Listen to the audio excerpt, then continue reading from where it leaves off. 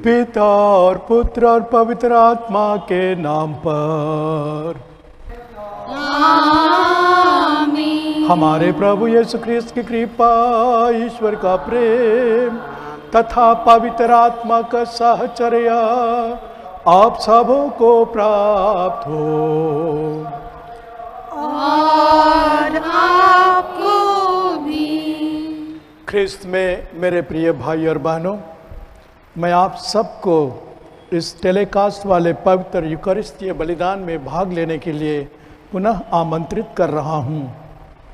आज के इस बलिदान को हम our lady of Lourdes church Samlong में अर्पित कर रहे हैं। बीते रविवार को हमने विश्व के आदिवासियों और भारत के युवक युवतियों के लिए ईश्वर को धन्यवाद दिया और उनके लिए प्रार्थना की।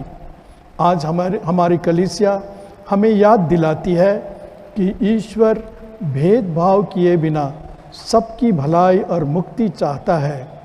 वह सब लोगों को अपने राज्य में सम्मिलित करता है। अपनी अपार कृपा में उसने हम सबको पूर्व पश्चिम उत्तर दक्षिण से बुलाकर अपने राज्य के प्रतिष्ठित सदस्य बनाया है। इसके लिए हम उसे धन्यवाद देते हैं। हम प्रार्थना करते हैं कि हमारा विश्वास अटूट और हमारा समर्पण संपूर्ण रहे और कि हम उसके मुक्ति विधान का साक्ष्य औरों को भी दे सकें। इस पवित्र मिस्सा में मैं आप सबके व्यक्तिगत मतलबों को प्रभु के चरणों में लाकर अर्पित कर रहा हूँ। इस पवित्र बलिदान को चढ़ाने के पहले हम अपने सारे पापों के लिए, अपनी बुरी प्रवृत्तियों के लिए और अपनी कमजोरियों के लिए परमेश्वर से क्षमा मांगे।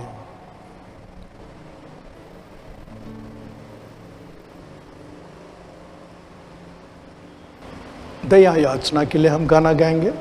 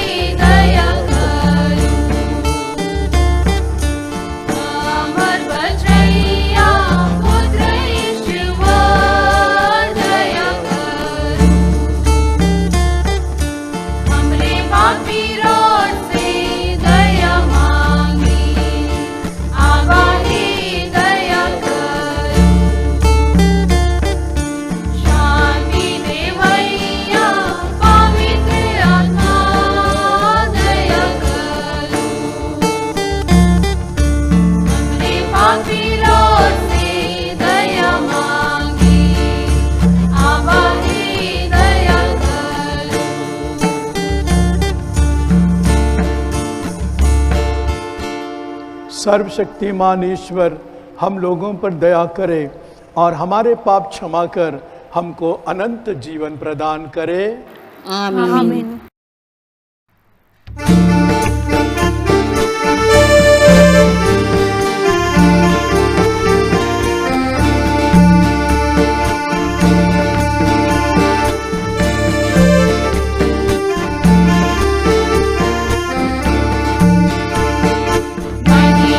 महिमा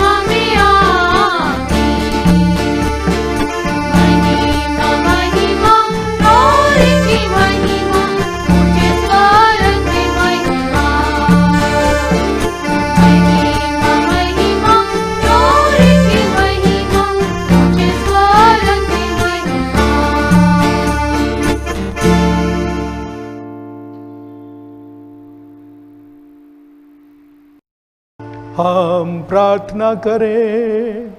हे ईश्वर, तूने अपने भक्तों के लिए ऐसे वरदान तैयार किए हैं जिन्हें ना आँखों ने देखा ना कानों ने सुना है।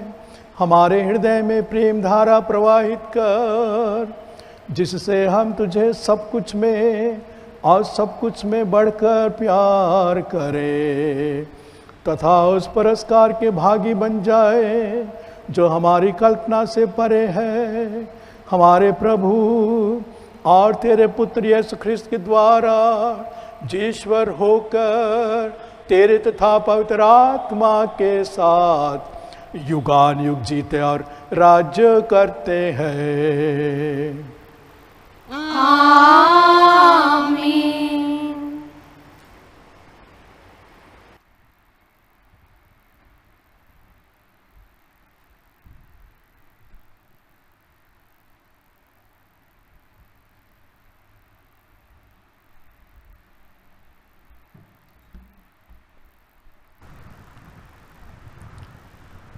पहला पाठ।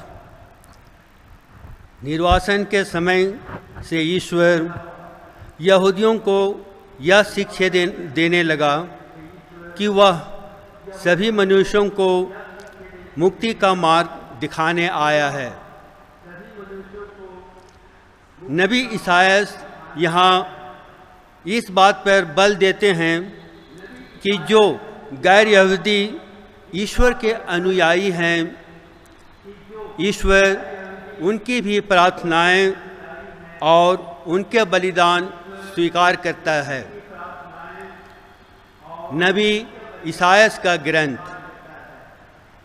अध्याय 56 पद संख्याएं 1, 6 और 7। मैं विदेशियों को अपने पवित्र पर्वत तक ले आऊँगा। प्रभु यह कहता है, न्याय बनाए रखो और धर्म का पालन करो, क्योंकि मुक्ति निकट है और मेरी न्यायप्रियता शीघ्र ही प्रकट हो जाएगी। जो विदेशी प्रभु के अनुयायी बन गए हैं, जिससे वे उसकी सेवा करें, उसका नाम लेते रहें और उसके भक्त बन जाएं, और वे सब जो विश्राम दिवस मनाते हैं और उसे अपवित्र नहीं करते, मैं उन लोगों को अपने पवित्र पर्वत तक ले आऊँगा। मैं उन्हें अपने प्रार्थना गृह में आनंद प्रदान करूँगा। मैं अपनी वेदी पर उनके होम और बलिदान स्वीकार करूँगा, क्योंकि मेरा घर सब राष्ट्रों का प्रार्थना गृह कहलाएगा। यह प्रभु की वाणी है। ईश्वर को धन्यवाद।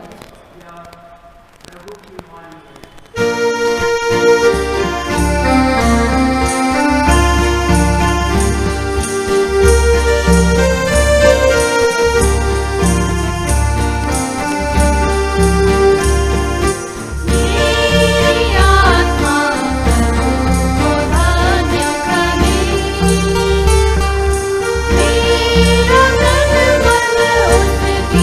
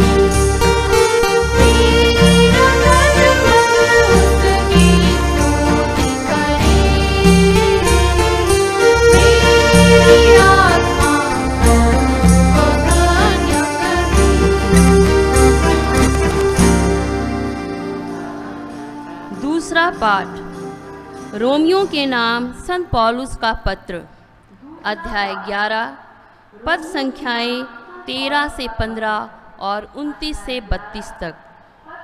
पाठ का मूल वाक्य है, ईश्वर ना तो अपने वरदान वापस लेता और ना अपना बुलावा रद्द करता है।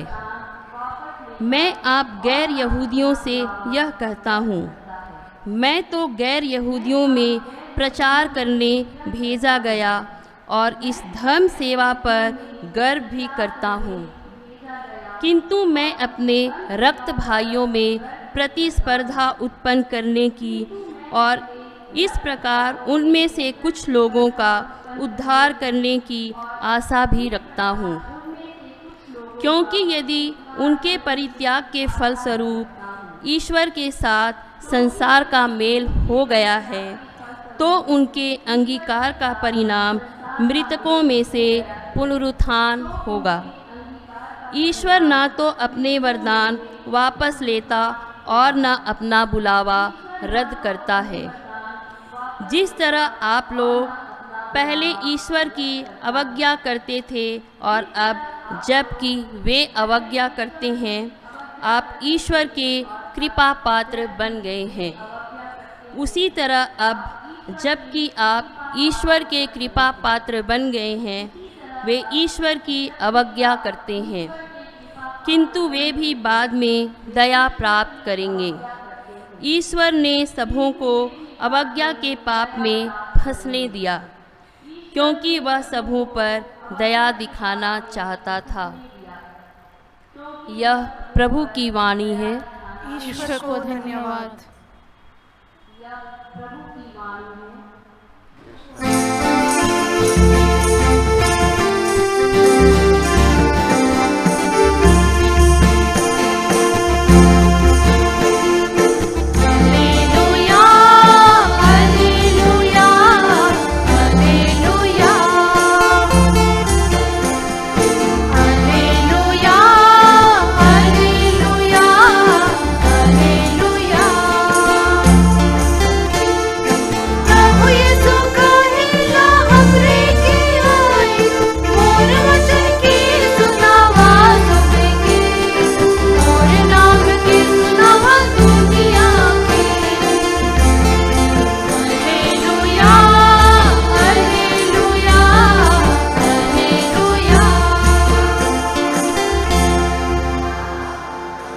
प्रभु आप लोगों के साथ हो और आपके साथ भी। संत मत्ती के अनुसार पवित्र सुसमाचार। प्रभु की जय।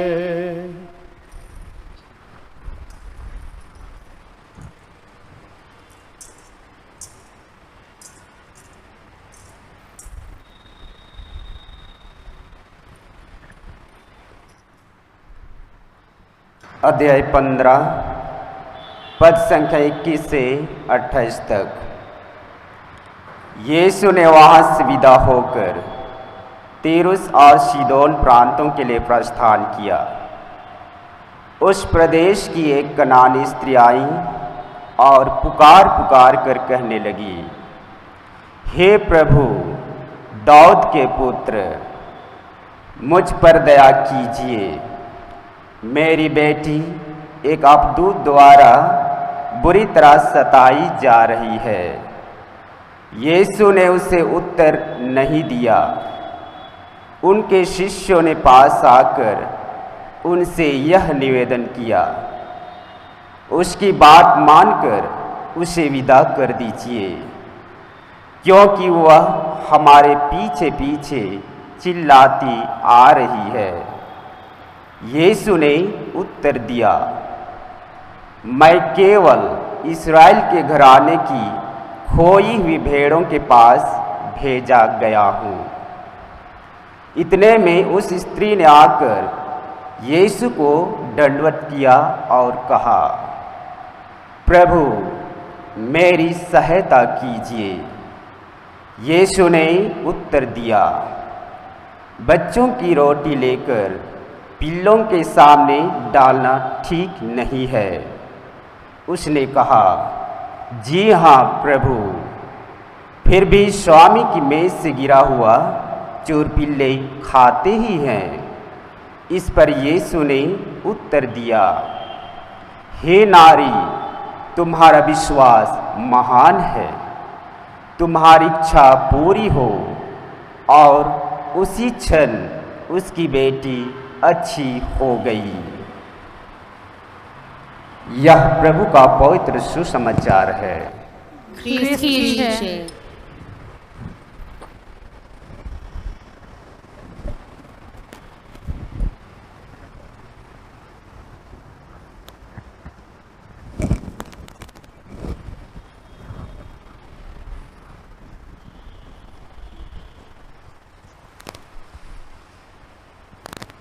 ख्रीस्त में मेरे प्रिय भाई और बहनों, सारी मानव जाति का केवल एक ही ईश्वर है और एक ही पिता है। वही महिमा का पात्र है और उसी में हमारी मुक्ति अर्थात अनंत जीवन है।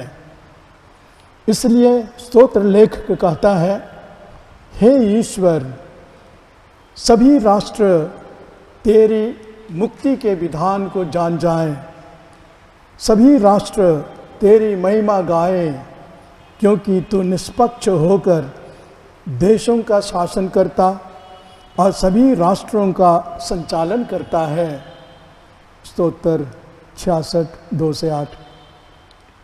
इसी संदर्भ में संत पौलुस तिमोथी के नाम पहले पत्र में कहते हैं, ईश्वर चाहता है कि सभी मनुष्य मुक्ति प्राप्त करें और सत्य को जान जाएं।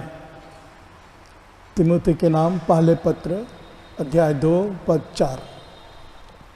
इसके विपरीत इस्राएलियों की धारणा थी कि वे चुनी हुई पवित्र प्रजा है और सिर्फ उन्हीं को मुक्ति मिलेगी। गैर यहूदियों या विदेशियों को वे अपवित्र मानते थे। यहूदियों के इस गलत विचार को सुधारने का प्रयत्न करते हुए ईश्वर नबी ईसायास के मुख से कहते हैं कि जो विदेशी मेरे अनुयायी बन गए हैं और मेरे भक्त बन गए हैं, जो विश्राम का दिवस मानते हैं और उसे अपवित्र नहीं करते हैं, मैं अपनी वेदी पर उनके होम और उनके बलिदानों को स्वीकार करूंगा, क्योंकि मेरा घर सब राष्ट्रों का प्रार्थना गृह कहलाएगा। ईसाया 56 6 7। हमारे प्रभु यीशु ख्रिस्त के समय भी यहूदियों के मन में गैर यहूदियों के प्रति गलत धारणा थी। विदेशियों के अलावे कोढ़ियों, चुंगी जमा करने वालों और वेश्याओं को भी अपवित्र और अछूत व्यक्ति माना जाता था। यहूदी छुआछूत की बुरी प्रथा को कट्टरता से मानते थे। जिनको वे अपवित्र और अछूत मानते थे, उन्हें नीच और नफरत दृष्टि से देखते थे। उनके साथ खाने पीने की मनाही थी। यहाँ तक कि यहूदियों और गैर यहूदियों को एक दूसरे के घर में प्रवेश करने की भी मनाही थी। बाज़ारों या सार्वजनिक जगहों से घर वापस आने के बाद यहूदी अपना शुद्धिकरण करते थे।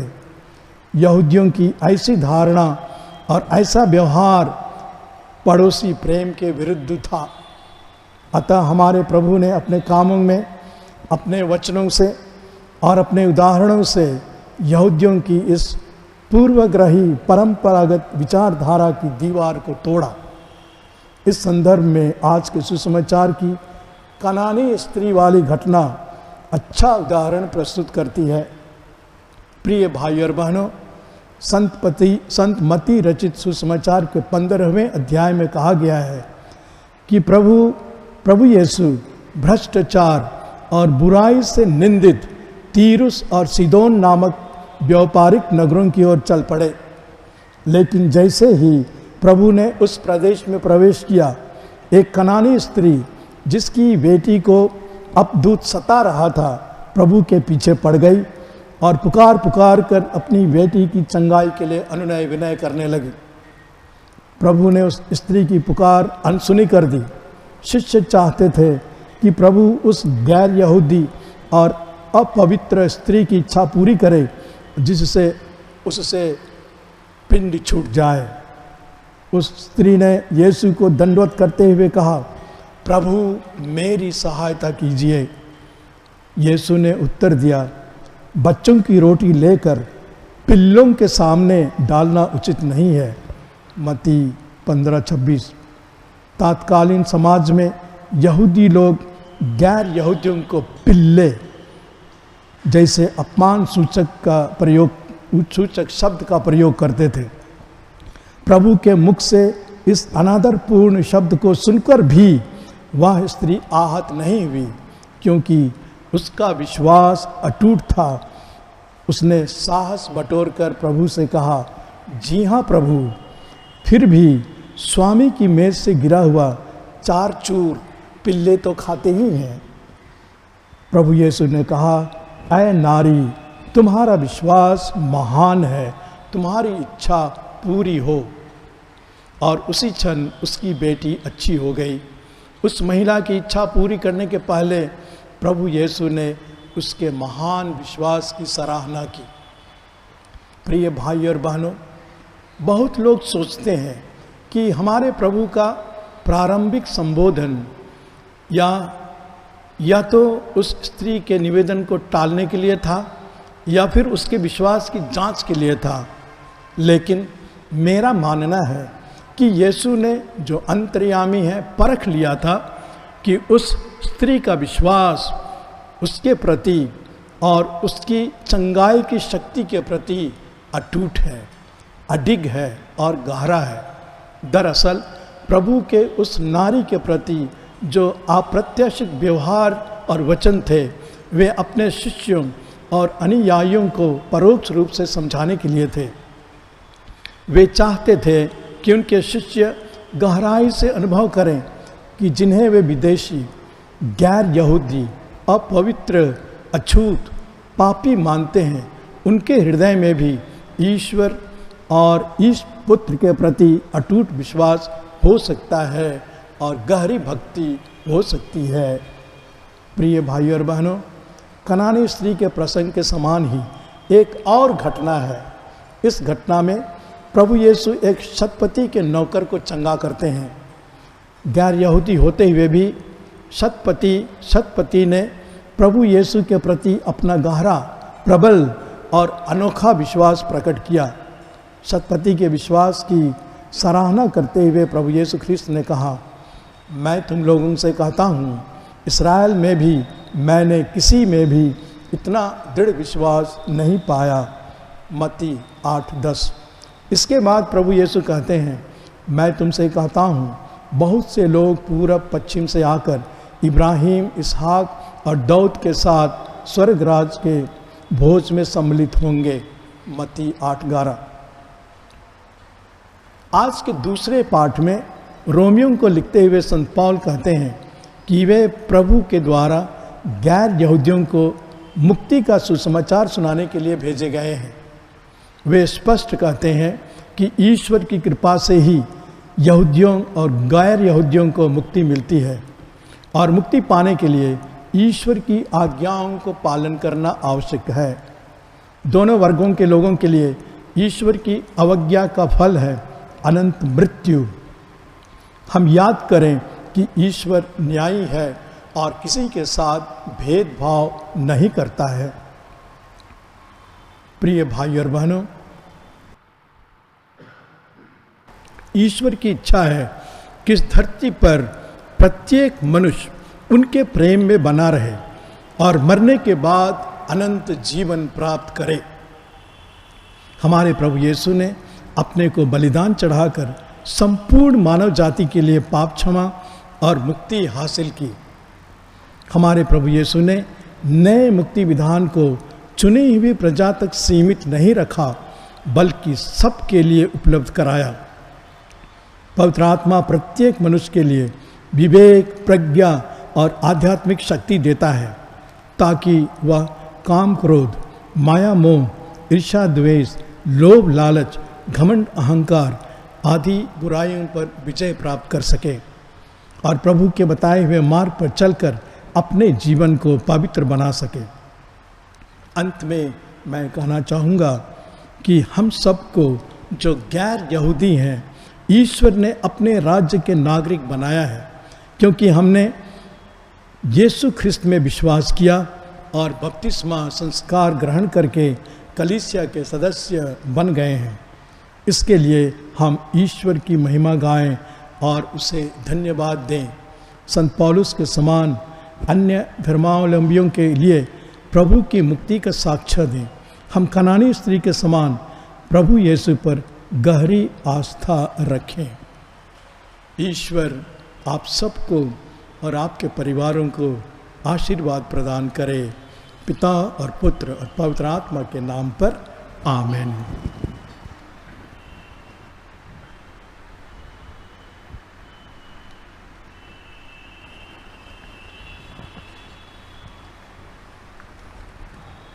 प्रेरितों के धर्मसार। हम स्वर्ग और पृथ्वी के सृष्टिकर्ता सर्वशक्तिमान पिता परमेश्वर में विश्वास करते हैं और उसके इकलौते पुत्र हमारे प्रभु यीशु ख्रिस्त में हम विश्वास करते हैं, जो पवित्र आत्मा के द्वारा गर्भ में आए और कुंवारी मरियम से जन्मे। उन्होंने पोंतुस पिलातुस के शासन काल में दुख भोगा, वह क्रूस पर चढ़ाए गए, मर गए, दफनाए गए और अधोलोक में उतरे। वह तीसरे दिन मृतकों में से जी उठे, स्वर्ग गए, सर्वशक्तिमान पिता परमेश्वर के दाहिने विराजमान है। वहां से जीवितों और मृतकों का न्याय करने आएंगे। हम पवित्र आत्मा, पवित्र कैथोलिक कलीसिया, धर्मियों की सहभागिता, पापों की क्षमा, शरीर के पुनरुत्थान और अनंत जीवन में विश्वास करते हैं। आमीन। प्रिय भाई और बहनों, सर्वशक्तिमान पिता ईश्वर ने हमें इस पवित्र यूखरिस्तीय बलिदान में भाग लेने के लिए बुलाया है। वह हमारी मानवीय और आध्यात्मिक आवश्यकताओं को हर परिस्थिति में पूरा करते हुए प्रेम, शांति और आनंद के वरदान देता है। हम प्रार्थना करें कि वह संपूर्ण कलीसिया को और हमारे परिवारों को अपनी छत्र छाया में रखे और उनकी ज़रूरतों को पूरा करे। हर निवेदन के अंत में हम गाएंगे,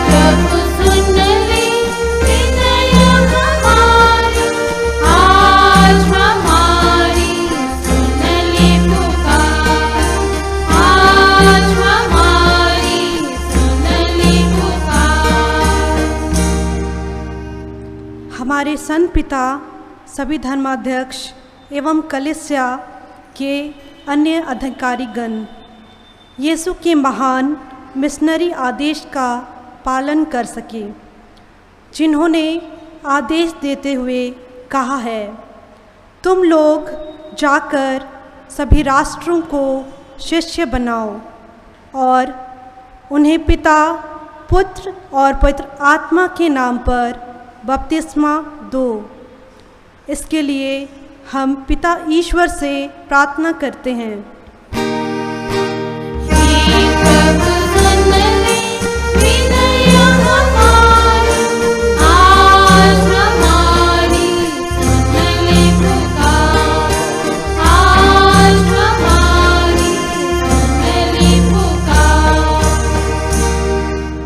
सभी ख्रिस्त विश्वासी बपतिस्मा द्वारा प्राप्त अपनी विश्वास में दृढ़ बने रहें, न्याय और धार्मिकता का आचरण करते हुए जीवन में प्रसन्नता का अनुभव कर सके।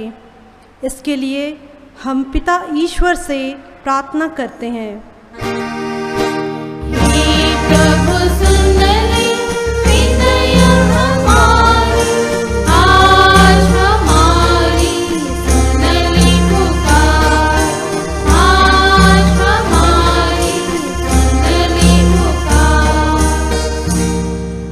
कैथोलिक कलीसिया मानव मुक्ति के संदेश को संपूर्ण संसार में फैला सके और सभी लोग ईश्वर के इस शुभ संदेश को सुना सके, ताकि लोग क्रिस्तीय समाज की ओर आकर्षित हो सके।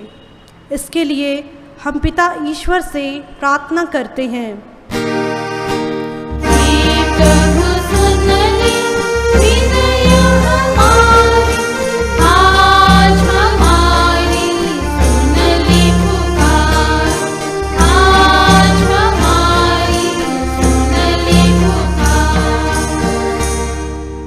आध्यात्मिक साधना का आयोजन करने वाले परामर्शदाता, मेल मिलाप का संस्कार देने वाले और विनती उपवास का संचालन करने वाले पुरोहितगण पवित्र आत्मा से परिपूर्ण होकर लोगों को शारीरिक तथा आत्मिक रूप से चंगाई प्रदान करें। इसके लिए हम पिता ईश्वर से प्रार्थना करते हैं।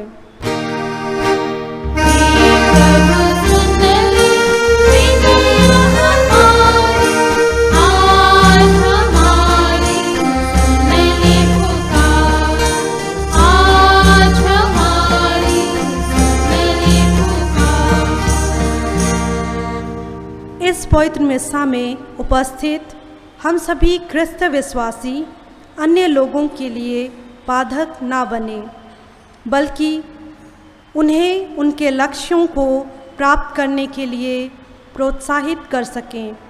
इसके लिए हम पिता ईश्वर से प्रार्थना करते हैं।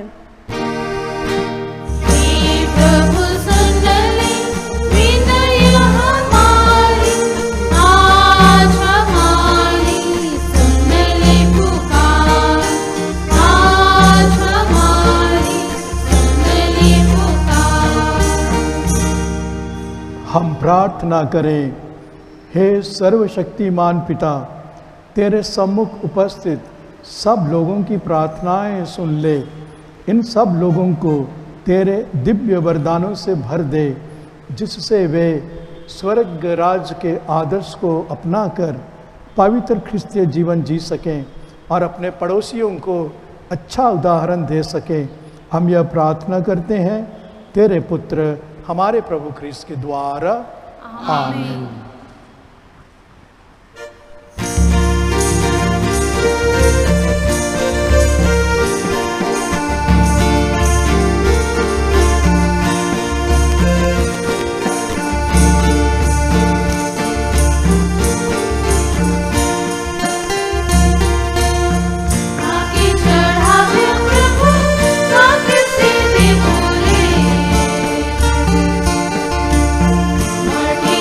Oh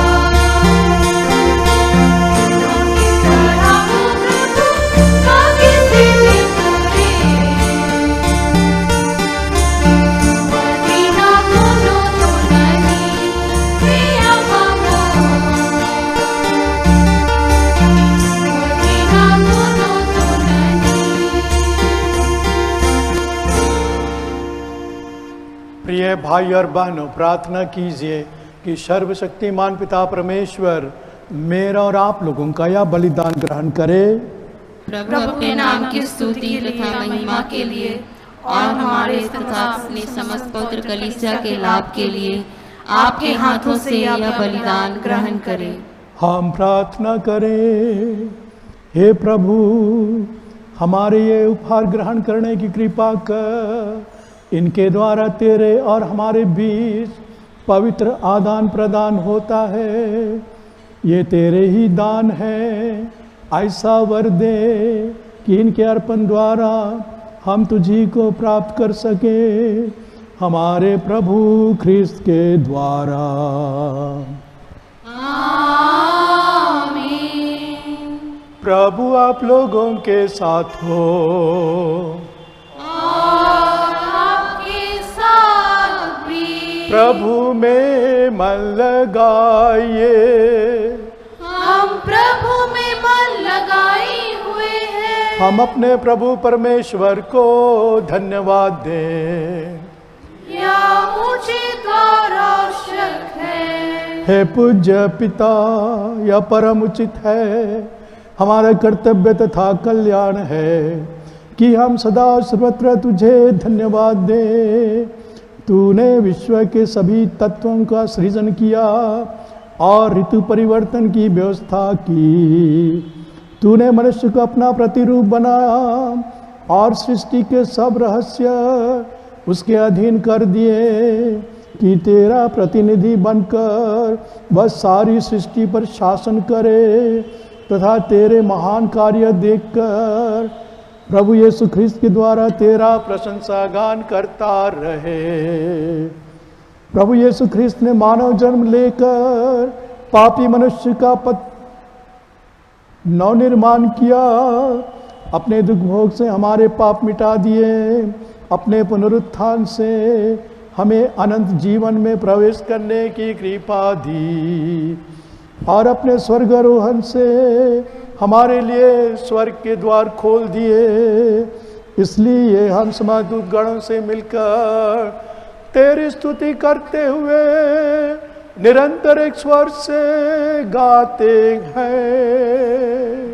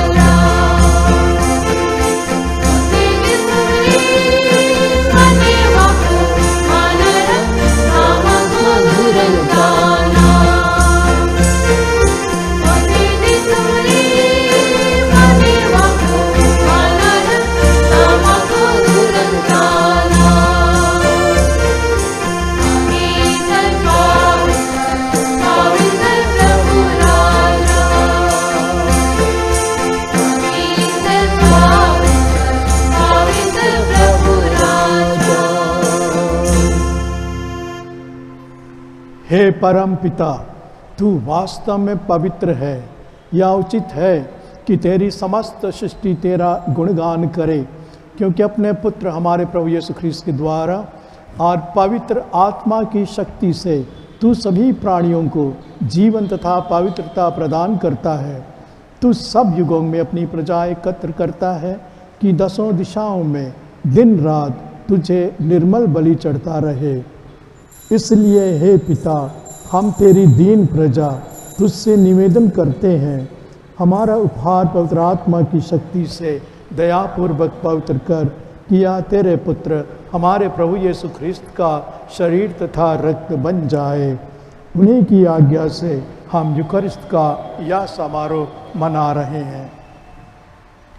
जिस रात को यीशु स्वेच्छा से मृत्यु के लिए सौंपे गए, उन्होंने रोटी ली, तुझे धन्यवाद दिया और उसे अपने शिष्यों को देते हुए कहा, तुम सब इसे लो और खाओ, यह मेरा शरीर है जो तुम्हारे लिए बलि चढ़ाया जाएगा।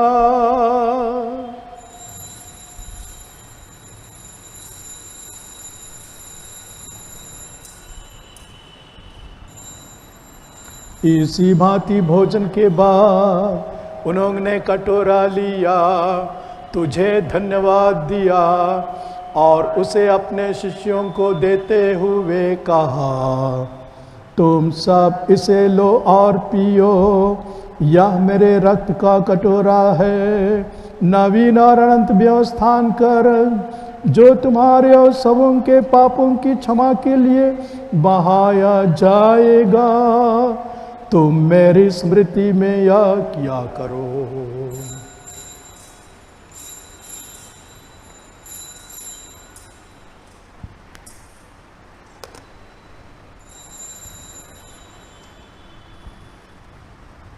प्रभु यीशु ख्रिस्त की महिमा हो। प्रभु यीशु ख्रिस्त की महिमा हो। यह है हमारे विश्वास का रहस्य। प्रभु यीशु ख्रिस्त की महिमा हो। एक साथ ख्रिस्त मर गए, ख्रिस्त उठे, ख्रिस्त महिमा के साथ फिर आएंगे। प्रभु यीशु ख्रिस्त की महिमा हो। हे परम पिता, हम तेरे पुत्र के मुक्तिप्रद दुख भोग, प्रताप में पुनरुत्थान और स्वर्गारोहण का स्मरण करते हैं तथा पुनरागमन की बाट जोहते हैं। हम तुझे धन्यवाद देते हुए यह जीवंत और पावन बलि चढ़ाते हैं। हे पतित पावन, अपने कलीसिया के चढ़ावे पर ध्यान दृष्टि डाल और यह बलि स्वीकार कर, जिसके अर्पण से प्रसन्न होकर तूने हमें अपना बना लिया है। तेरे पुत्र के शरीर तथा रक्त से हमारा परिपोषण होता है। ऐसा वर दे कि उनके पवित्र आत्मा से परिपूर्ण होकर हम ख्रिस्त में एक शरीर तथा एक रक्त हो जाए। वही पवित्र आत्मा हमको नित्य उपहार स्वरूप तुझे चढ़ावे और ईश्वर की माता धन्य कुंवारी मरियम, तेरे धन्य प्रेरितों, प्रतापी शहीदों और सभी संतों के साथ हमें भी स्वर्गीय आनंद के सहभागी बनावें। हमें इनकी निरंतर प्रार्थनाओं का अटल भरोसा है। हे प्रभु, तुझसे नम्र निवेदन है कि हमारे पुनर्मिलन का यह बलि समस्त संसार में शांति और कल्याण की वृद्धि करे। अपने सेवक संत पिता फ्रांसिस, हमारे महाधर्माध्यक्ष फेलिक्स, सहायक धर्माध्यक्ष थेओडोर मस्किनस एवं तेलेस्फर बिलुंग, सभी धर्माध्यक्षों, याजकों तथा इस पृथ्वी पर समस्त यात्री कलीसिया को विश्वास तथा प्रेम में दृढ़ रखने की कृपा कर। हे पिता, तेरी सेवा में उपस्थित अपनी प्रजा की याचना पूर्वक कृपा पूर्वक स्वीकार कर, दया और प्रेम से प्रेरित होकर तू अपने सभी पुत्र पुत्रियों को वे जहाँ कहीं भी हो अपने साथ एक बना ले। हे प्रभु, हमारे मृत भाई बहनों को अपने राज्य में प्रवेश पाने दे और उन सबों को भी जो तेरी सेवा करते हुए परलोक सिधार चुके हैं। हम लोग भी वहीं पहुंचने की आशा करते हैं कि हम सब एक साथ तेरी महिमा के दर्शन से अनंत काल तक तृप्त होते रहे। हमारे प्रभु ख्रिस्त के द्वारा, जिनसे संसार को सभी शुभ दान प्राप्त होते हैं। इन्हीं प्रभु ख्रिस्त के द्वारा, इन्हीं के साथ और इन्हीं में, हे सर्वशक्तिमान पिता परमेश्वर, पवित्र आत्मा के साथ तुझे समादर तथा महिमा युगानुयुग मिलती रहती है।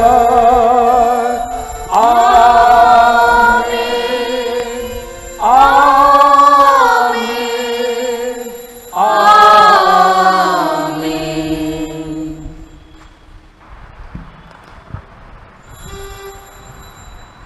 हम सब मिलकर पिता परमेश्वर से प्रार्थना करें, जैसे कि प्रभु यीशु ने हमें सिखाया है।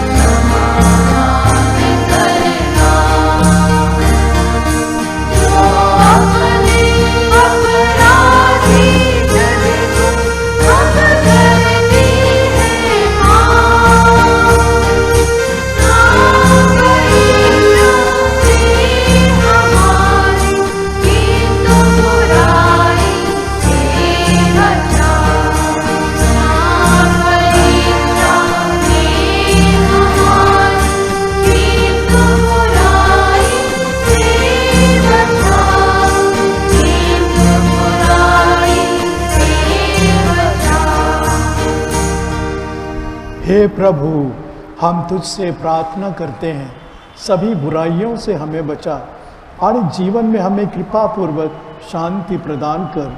हम तेरी दया से सदा पाप से दूर और हर विपत्ति से सुरक्षित रहे और उस दिन की प्रतीक्षा करते रहे जब हमारे मुक्तिदाता यीशु ख्रिस्त फिर प्रकट होकर हमारी मंगलमय आशा पूरी करेंगे। क्योंकि तेरा राज्य, तेरा सामर्थ्य और तेरी महिमा अनंत काल तक बनी रहती है। हे प्रभु यीशु ख्रिस्त ने अपने प्रेरितों से कहा है, मैं तुम्हारे लिए शांति छोड़ जाता हूँ, अपनी शांति तुम्हें प्रदान करता हूँ। तू हमारे पापों पर नहीं, अपनी कलीसिया के विश्वास पर दृष्टि डाल और उसे शांति तथा एकता प्रदान कर। तू युगान युग जीता और राज्य करता है। आमीन। प्रभु की शांति सदा आप लोगों के साथ हो। आपके साथ भी। परस्पर प्रेम भाव रखिए। जय यीशु, जय यीशु, जय यीशु।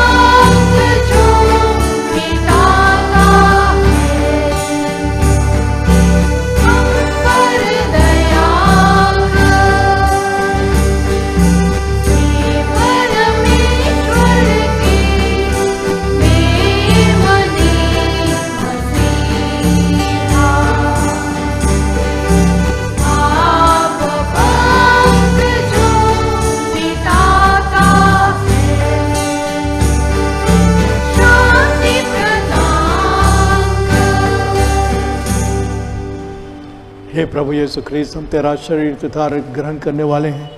यह हमारे विचार और दंड का कारण ना बने, बल्कि तेरी दया से हमारा तन मन सुरक्षित और स्वस्थ रखे। देखिए ईश्वर का मेमना, उसे देखिए जो संसार के पाप हर लेता है। धन्य है हम सब जो प्रभु किस भोज में बुलाए गए हैं। हे प्रभु, मैं इस योग्य नहीं हूँ कि आप मेरे यहाँ आवे, किंतु एक शब्द कह दे और मेरी आत्मा चंगी हो जाएगी। प्रभु यीशु ख्रिस्त का शरीर और रक्त अनंत जीवन के लिए हमारी रक्षा करता रहे। आमीन।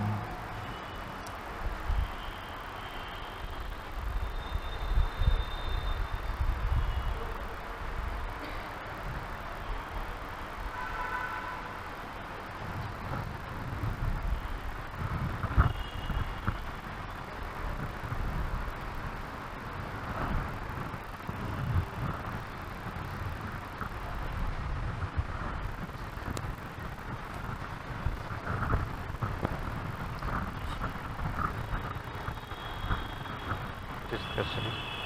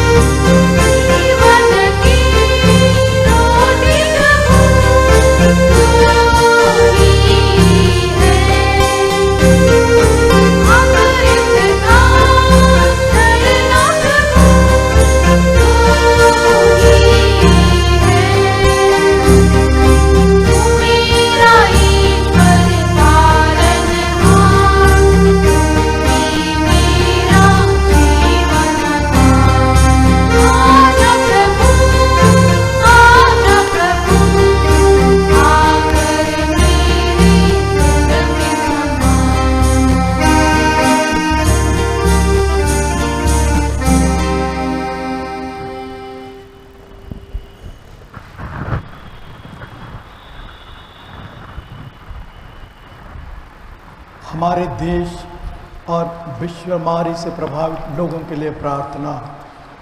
हे स्वर्गीय पिता, हम अपनी मातृभूमि भारत के लिए दीनता पूर्वक प्रार्थना करते हैं और इसे तेरे अनमोल हाथों में समर्पित करते हैं। हमारे देश से असत्य के अंधकार को हटाकर सत्य के प्रकाश को चमका दे। हमारे संविधान के मूल्यों अर्थात समानता, स्वतंत्रता और भाईचारे का सम्मान हो। विभिन्न धर्म और जाति संप्रदाय और विचारधारा के लोग घृणा और हिंसा को त्याग कर शांति और एकता में जीवन यापन करें। विधानमंडल सबके कल्याण के लिए विवेकपूर्ण निर्णय ले। न्यायपालिका सामंजस्य, विवेक और न्याय की संस्था बने। प्रशासन सेवा भाव से अपना उत्तरदायित्व निभाए।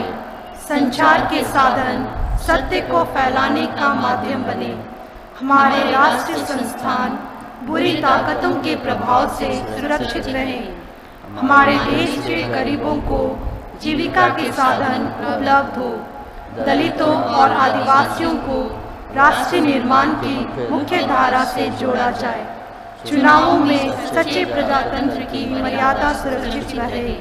हमारे नेताओं में सच्ची देशभक्ति की भावना प्रज्वलित हो। हे स्वर्गीय पिता, कोविड-19 की महामारी के कारण सारा भारत दुख और चिंता का शिकार है।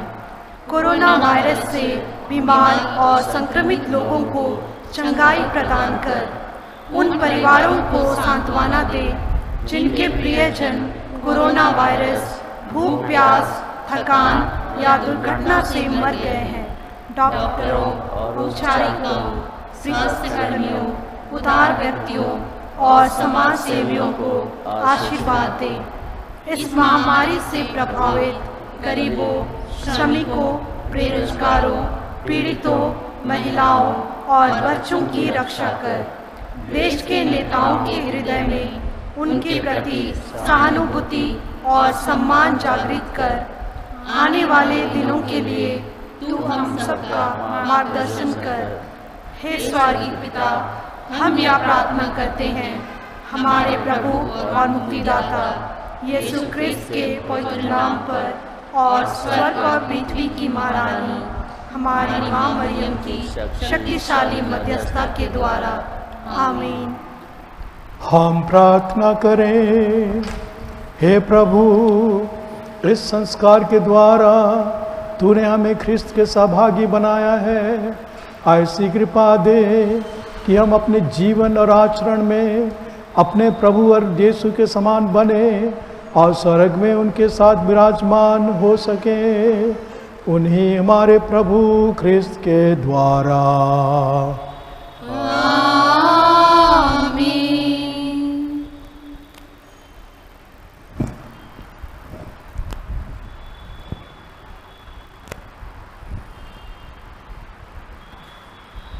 प्रभु आप लोगों के साथ हो और आपके साथ भी। सर्वशक्तिमान परमेश्वर पिता और पुत्र और पवित्र आत्मा आप लोगों को आशीर्वाद प्रदान करे। आमीन। आप लोग विदा लें। प्रभु की शांति साथ रहे। परमेश्वर